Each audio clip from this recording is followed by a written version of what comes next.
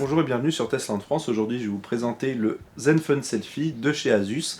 Donc c'est une amélioration, enfin c'est un produit légèrement différent du Zenfone 2 qu'on a déjà testé sur notre chaîne YouTube, où il y a en plus la particularité d'avoir un très bon appareil photo, autant à l'avant qu'à l'arrière, donc pour faire des super selfies, d'où son nom. Donc c'est un téléphone qui sera environ à 279 €, voilà, en ce moment, donc ça peut être un très bon téléphone pour les fêtes de Noël. On va le présenter, on va l'ouvrir tout ça. Donc le Zenfone Selfie, plus précisément le ZD 551 KL. On va donc déballer ce produit. Alors au niveau de la boîte, bon, tout simple, assez sympa. On voit la photo du téléphone qui sera en plusieurs coloris. Ici on a un coloris en blanc, hein. Donc Zenfone Selfie avec le modèle précis que je vous ai déjà donné, le logo Asus et quelques petites caractéristiques qui s'affichent comme ça dans des petits trous qui sont affichés ici en dessous. C'est assez sympa. Donc on aura donc les appareils photo, Bluetooth 4.0, Full HD, 4G, tout ça. Bon, on va redétailler ça juste après. Alors au niveau du déballage, on va avoir en premier le téléphone, on va y revenir après. Dans le contenu de la boîte, qu'est-ce que nous avons? Des petits manuels ici qu'on ne lira jamais. Un chargeur qui est un petit peu plus gros que la moyenne, car c'est un chargeur rapide, hein, il est équipé de la recharge rapide ce Asus, ce qui fait qu'on pourra recharger son téléphone très rapidement. Donc en USB bien sûr, avec le câble USB ici, noir assez simple mais assez solide et costaud quand même. Vous allez pouvoir le tordre un assez grand nombre de fois normalement. Donc ici, tout simple, avec du micro USB du coup, pour recharger le téléphone. Et pour le brancher aussi sur un ordinateur si vous voulez. Des petits écouteurs intra-auriculaires, bon rien de plus simple. Après faut aimer, ça dépend. Moi j'aime pas trop les intra-auriculaires, mais il y en a plein à qui ça ne gênera pas. Avec des petits ici caoutchouc d'échange au niveau des différentes tailles d'embouts qu'on met dans notre oreille. Donc il y aura du S, du M et du L, sachant que les médiums seront déjà mises sur les écouteurs directement. Donc voilà ce qui en est pour la boîte. À présent, on va voir le smartphone. Donc ce smartphone ici qui reprend à peu près les mêmes caractéristiques physiques que le Zenfone 2, que nous avons déjà testé, hein, que vous pouvez aller voir aussi. Ici nous avons donc ce grand écran Full HD de 5,5 pouces, donc on est vraiment sur un grand écran. Ça devient un petit peu une norme maintenant sur les écrans assez grands des portables XL. Donc on a cet écran Full HD, hein, 1920 par 1080 à plus de 400 pixels par pouce, et en plus au niveau de la luminosité, on sera à 330 candela par mètre carré. Donc au niveau de la luminosité, c'est pas exceptionnel. On a des smartphones qui ont une luminosité bien plus élevée, ce qui fait que là, quand on est en plein soleil, on verra pas forcément bien ce qui s'affiche à l'écran et c'est assez dommage. Bon, on va passer sur la suite. Donc ici, toute la surface ici est en vert, jusqu'en bas ici où il y a une petite surface métallique assez sympa qui est chromée, qui représente un petit peu, vous savez, les gros boutons de volume des vieux amplis. C'est assez joli, un design très sympa, très premium. On aura les boutons tactiles des menus Android, hein, Home, multitâche et précédent. Au-dessus, on retrouvera, et c'est la particularité de ce Zenfone Selfie, un capteur photo de 13 millions de pixels. C'est à peu près le même qu'il y a de l'autre côté, qui est aussi de 13 millions de pixels, qui filme en Full HD, avec ici des flashs, et de l'autre côté, un capteur donc au niveau du focus qui se fait avec un laser, et c'est assez sympa, assez impressionnant, ce qui fait qu'il y a des images très nettes et assez rapidement. Voilà pour ce qui est de l'avant. Donc sur les côtés, on retrouve l'avant avec le liseré noir, et à l'arrière on a la coque toute blanche ici. Donc il y aura différents coloris. Le téléphone existe aussi en bleu, rose, deux gris différents, et en or. Donc ici on teste une version en blanc, c'est assez sympa. Après voilà, il y aura différents coloris. Donc cette interface ici qui s'ouvre, on va l'ouvrir juste après. On va voir ce qu'il y a à présent à l'arrière de ce smartphone. Donc le logo Asus. Ici, c'est tout simplement un bouton qui reprend le design que nous avons dans la barre en dessous ici. Un bouton, donc métallisé ici, pour le volume, plus fort et moins fort. On retrouvera au-dessus un appareil photo donc de 13 millions de pixels, pareil qu'à l'avant, avec son système d'autofocus laser, donc il va envoyer un petit laser invisible qui va nous permettre de voir à quelle distance sont les différentes choses qu'on veut afficher, qu'on veut filmer ou prendre en photo, et ça va faire le focus, donc il n'y aura pas de flou, c'est vraiment très sympa. Et en plus on aura le HDR, donc qui va permettre de gérer automatiquement la luminosité en arrière, à l'avant, ou alors sur ce qu'on prend en photo directement sur les visages, pour avoir une bonne luminosité partout. On retrouve ici aussi deux autres flash comme à l'avant. Sur les côtés, rien de spécial, même rien du tout. En dessous, on retrouvera le tout petit micro, le petit trou qui est là, et la prise micro USB pour recharger le téléphone. Au-dessus, on retrouvera un deuxième micro, donc pour quand vous filmez en stéréo par exemple, pour avoir un bon son en stéréo des deux côtés. Le bouton démarrer-arrêter qui sert aussi à verrouiller et déverrouiller le téléphone qui se trouve en haut, comme le Zenfone 2. Alors ça nous a un petit peu embêté parce que quand on a le téléphone comme ça, faut aller tout en haut et appuyer ici. C'est pas ce qu'il y a de mieux, c'est peut-être plus sympa d'avoir le bouton sur les côtés comme d'autres marques. Après, ça dépendra vraiment de votre utilisation. Mais bon, c'est un point qu'on n'a pas trop aimé, malgré qu'on puisse verrouiller et déverrouiller le téléphone sous Android en faisant le double tap sur l'écran. Bon là ça fonctionne pas parce qu'il est éteint, mais donc ça verrouille et déverrouille l'écran quand on appuie 2 fois rapidement dessus. Ça corrige un petit peu ce problème de ce bouton là qui est au-dessus. En plus il est assez dur quand on appuie dessus. Au niveau ici on a une prise jack 3,5 mm stéréo pour brancher vos écouteurs, casques, etc. du classique. Et j'ai oublié de le dire, en dessous donc on a le logo Zenfone et toute une petite grille ici trouée pour le haut-parleur qui est assez puissant et de bonne qualité. Donc voilà pour l'aspect physique. On va ouvrir à présent l'intérieur, l'arrière de ce téléphone. Alors il s'ouvre, c'est assez dur quand même à l'ouvrir, faut vraiment pas avoir peur, faut y aller franchement. Donc je vais essayer d'y aller franchement. Hop, voilà. Comme ceci. Voilà. Donc il y a le NFC sur ce téléphone, on peut voir ici le système NFC avec la prise qui va se rebrancher, enfin ça va fonctionner automatiquement quand on l'aura refermé. Donc ici nous avons la batterie qui cette fois-ci sur ce modèle là, contrairement au Zenfone 2, est amovible. Ça c'est un très bon point qu'ils ont corrigé sur ce téléphone, comme ça si jamais un jour votre batterie faiblit ou ne fonctionne plus, vous pourrez la changer bien plus facilement. Donc ici cette batterie de 300 mAh, c'est plus que correct pour un smartphone de cette envergure là, avec cet écran là et cette puissance là, donc ça tiendra une très bonne journée quand vous l'utilisez. Bon, c'est comme tous les nouveaux smartphones, il faudra le recharger tous les soirs, comme presque tous. Et au-dessus ici on aura un emplacement pour une carte, donc une carte micro SIM. Un deuxième emplacement, vu que ce smartphone sera dual SIM, vous pourrez mettre 2 cartes SIM avec 2 forfaits. Les deux prennent la 3G 4G, donc c'est vraiment très bien, 4G LTE, donc vous pouvez avoir un forfait personnel, un forfait professionnel par exemple, ça dépend, ou si vous allez à l'étranger, etc. Vous pourrez aussi choisir lequel de vos cartes SIM utilisera la connexion de données. Et on a en plus ici un petit emplacement en plus des 32 Go de stockage interne pour mettre une carte micro SD jusqu'à 128 Go en plus. Donc c'est assez impressionnant pour ce téléphone qu'il y ait en plus un emplacement de carte micro SD. C'est vraiment très agréable et c'est un bon point qu'on ne retrouve pas toujours sur les nouveaux smartphones. À présent, on va refermer ce capot. Tac, et on peut remarquer que donc cette surface ici n'est pas plate, elle est incurvée comme ceci. Donc c'est assez épais au milieu, on est presque à 11 cm d'épaisseur, plus d'un centimètre 11 mm d'épaisseur, pardon, plus d'un centimètre d'épaisseur, pour arriver sur les bords, vu que c'est un arc, pour arriver sur les bords à peine 4 mm, 3,9 mm d'épaisseur. Alors c'est assez épais, mais au final, vu que les bords sont fins, quand on l'a dans la main, ça épouse bien la paume de notre main, et donc c'est assez agréable à utiliser, et du coup ça gêne pas du tout, on a l'impression d'avoir un téléphone fin quand on le tient, même si du coup il est un peu plus épais, ce qui permet d'avoir une bonne batterie et des composants assez puissants à l'intérieur. Donc voilà pour ce qui est du design sur ce smartphone que nous allons démarrer, pardon.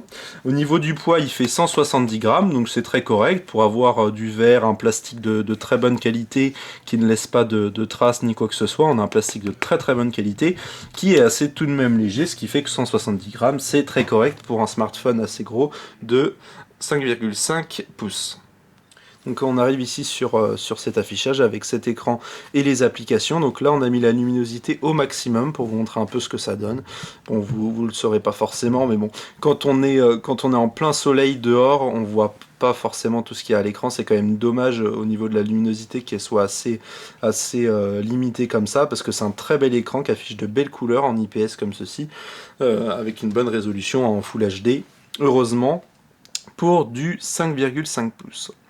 Donc on va à présent voir les caractéristiques techniques avec AnTuTu. Ici on a fait le test, donc là il y a 36 441 en score AnTuTu, donc c'est pas énorme, hein, c'est quand même moins puissant que le Zenfone 2 qu'on voit ici au-dessus, étant donné que c'est un processeur moins puissant. Ici le Zenfone 2, hein, on est sur du Intel.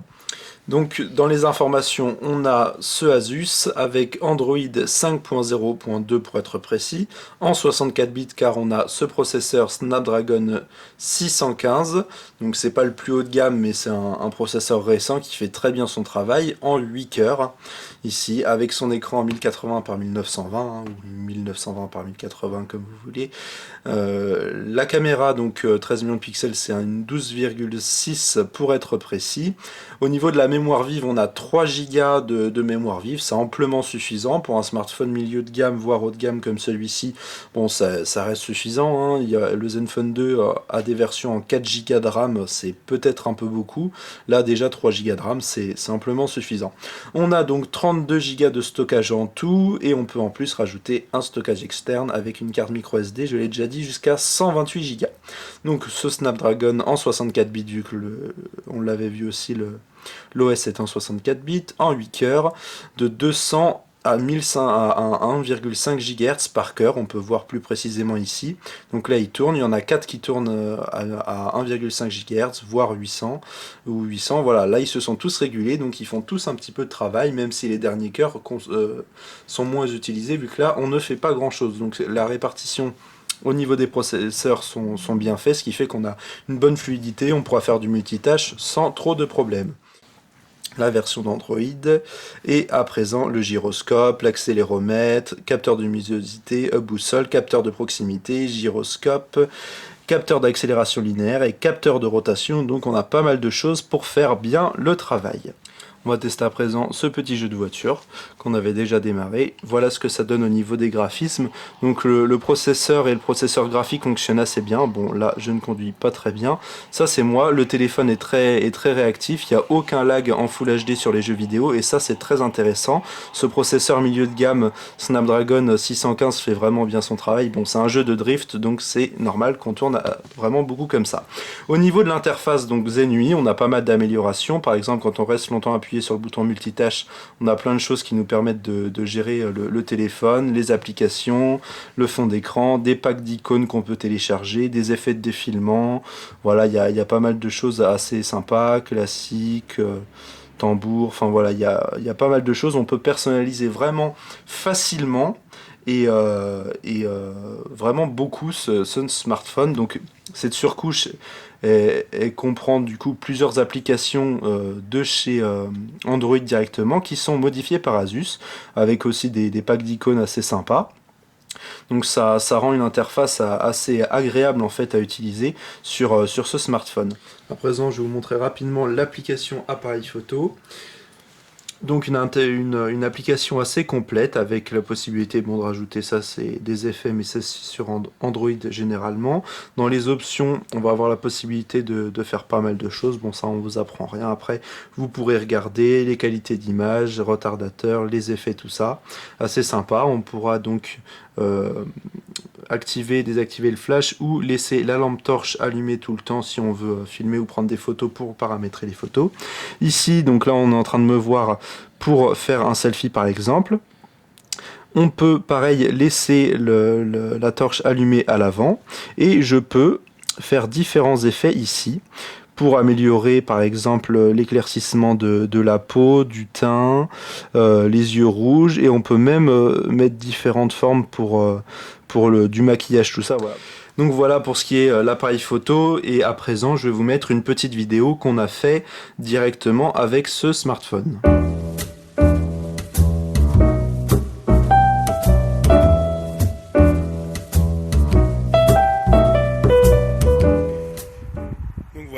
en train de filmer ici cette belle petite vue dans la nature avec le Zenfone Selfie. Donc là on est bien en Full HD, 1920 par 1080. Bon, je parle en même temps pour que vous puissiez entendre le microphone, hein, pour voir ce que ça donne. Donc là on est dos au soleil. Voilà, donc on a une fluidité assez impressionnante. On va le bouger un peu plus vite comme ça, voilà. Il n'y a pas de flou, voilà. L'autofocus fonctionne assez bien. On va regarder un peu plus le soleil. Voilà ce que ça donne. À présent, on va filmer avec l'appareil photo de l'avant. Voilà à présent avec l'appareil photo de face. Donc je suis face au soleil aussi. Et donc l'appareil photo de l'avant, on voit donc la qualité de l'image en 13 millions de pixels comme à l'arrière. À présent, je vais vous refaire un petit panorama comme il y a 2 petites secondes pour voir un petit peu ce que ça donne avec l'appareil photo de l'avant aussi.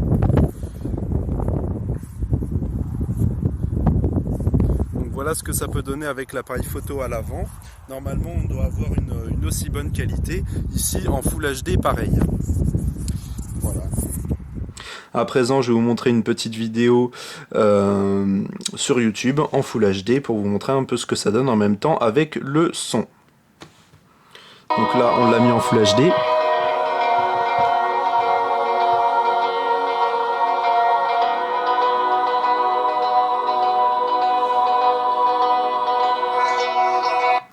Donc voilà, les couleurs sont très nettes, assez agréables, et le son est vraiment très correct. Donc ce smartphone, pour avoir un petit peu plus de détails sur certaines caractéristiques, vous pouvez aller voir aussi la vidéo du Zenfone 2 qu'on a fait, même si du coup il y a 3 Go de RAM comparé au 4 et que le processeur est un peu différent, on retiendra les principales différences. C'est ce capteur ici, photo vraiment très intéressant ici qu'on a à l'avant pour faire de très beaux selfies.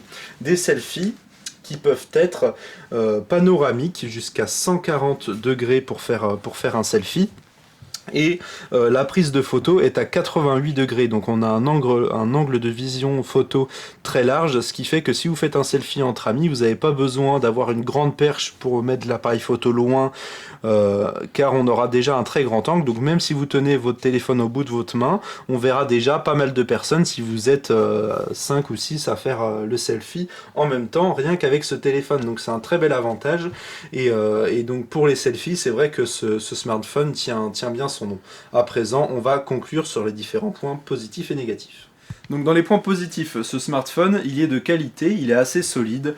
Bon, il va vraiment falloir beaucoup d'envie pour le tordre. Il est assez bien fini, il n'y a aucun problème de fabrication. Heureusement, c'est tout de même un Asus. Et donc, il est aussi très réactif avec son processeur assez puissant. Processeur et processeur graphique, vous pourrez jouer à des jeux vidéo avec, c'est assez sympa. L'écran qui est de qualité aussi en Full HD. On a Dual SIM, donc la possibilité de mettre 2 cartes SIM avec 2 forfaits. Un des gros avantages de ce smartphone, c'est les appareils photo, que ce soit à l'arrière ou à l'avant, qui sont tous les deux de 13 millions de pixels de très bonne qualité. Vraiment sympa si vous faites énormément de selfies ou si vos enfants font énormément de selfies, vous pourrez leur offrir. Avec ces capteurs en plus d'autofocus laser qui vont gérer l'autofocus automatiquement et très rapidement, en plus de l'HDR qui va gérer au niveau de la luminosité des photos et des vidéos. De plus, donc la surcouche Zenfone Zenui de ce Zenfone est assez sympa, la surcouche Android, qui est assez belle, assez personnalisable et très sympa à utiliser au quotidien, qui améliore pas mal d'applications. On a en plus la batterie qui est amovible, qui n'était pas amovible sur les autres versions de ces Zenfone. C'est un bel avantage aussi. Un emplacement de micro SD pour agrandir la mémoire qui est déjà tout de même de 32 Go si jamais ça ne vous suffit pas. Donc au final, on a un très bon rapport qualité-prix pour 279 € avec ce smartphone. On a tout de même trouvé deux points négatifs. Donc comme je vous l'ai déjà dit, l'écran au niveau de sa luminosité maximum, on a 330 candela par mètre carré. Au niveau de la luminosité, ça pourrait être mieux. Ça pourra être gênant si vous êtes vraiment dehors en plein soleil ou s'il y a un reflet sur l'écran. Vous verrez pas aussi bien votre téléphone que d'autres marques qui sont à voir plus, même plus que 500 candela par mètre carré, donc là 330 c'est un peu moyen. Et le deuxième point négatif, c'est quand même un gros point négatif, c'est au niveau de ce bouton ici qui est au dessus. Nous on trouve que c'est un peu gênant, faut remonter notre main pour aller cliquer au dessus ou alors utiliser l'autre main. Heureusement qu'il y a Android qui corrige ce problème. En tapant 2 fois sur l'écran, vous déverrouillez votre smartphone. Pareil, vous faites double clic sur l'écran ici, ça le verrouille. Ça c'est super pratique et on va dire que ça corrige ce problème. Le bouton à l'arrière pour le volume moins fort, plus fort, ça ne gêne pas plus que ça. Ça fonctionne bien, on peut avoir un doigt derrière pour le faire, donc ça posera pas trop de problèmes. Donc pour conclure, un smartphone très bien fini, assez puissant, de bonne qualité. Alors à part la luminosité de l'écran au maximum en plein été, sous le soleil, qui sera un peu moyenne, c'est un téléphone qui est très bien fini, qui vaut vraiment ses 279 €. C'est pour ça qu'on vous les recommande. Si vous voulez faire un cadeau de Noël à vos proches, pour ce smartphone ou si vous voulez tout simplement vous l'offrir, ce sera une très très bonne idée, surtout si vous faites beaucoup de selfies et à plusieurs. Merci d'avoir vu cette vidéo, on se dit à bientôt pour de nouvelles vidéos sur Testland France. Vous pouvez liker notre vidéo, liker notre Facebook et on se dit à bientôt pour de nouvelles vidéos sur Testland France.